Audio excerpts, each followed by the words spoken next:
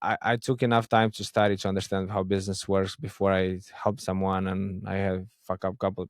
I screw up couple. Sorry, I screw up couple businesses myself before I understand. Don't uh don't feel afraid to ask, to ask, because so regarding the franchises, I was looking into multiple franchises. So you just reach out to them. They give you the basically Hmm. the whole information. They send you the PDF, and you study. Let's say, okay, let's study seven different franchises, seven business models, franchise models. And then it's just so interesting, because like you find out so much information that you never knew.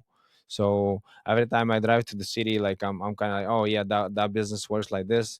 Oh, Hmm. so like I'm looking not like just the brands. I'm looking at like the the operations of the business, how it works and how the things happen, and like what's new and how they optimize the whole thing. So it's interesting, because things are happening, transactions are happening. The question is like, are you going to be part of those transactions, or you're just going to say everything is bad? And yeah, but now is a good opportunity. That's now is the time to buy. A lot of baby boomers, they're going to retire.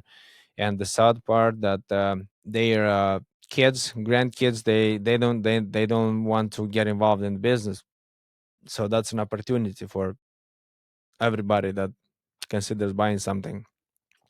And a lot of times they willing to do the seller finance. You can do that. You can do with a, you can do an SBA loan, do a lot of creative stuff. So it's much easier to buy an existing business that is running and has systems and people in place than just start something from scratch. So let's say you have 150 grand, right? So you can start your own business, or you can buy an existing business, because nobody's going to give you $1 million to start your own business.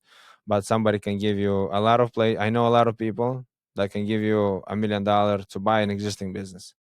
Hmm. So it makes sense. So Cool. No, I agree, man. I agree. Guys, you heard it first. George. George, thank you so much for coming on, man. We'll have the links below. If you have any questions, comments, or concerns, please reach out to me or to the great George himself. But yeah, guys, this is golden. I think business funding is important, especially in the commercial side of real estate and business. Take advantage, learn from the great George himself. Thank you, George, for coming on, man. Appreciate your time. yes, thanks for having me. Appreciate it. Just before we go, uh, you mentioned business funding is important. So basically, you always need funding. You need funding to start a business, right? You need funding to stay in business. You need funding to grow a business, or you need funding to buy a business. So it's a it's a good It's approach. it's needed all across the board.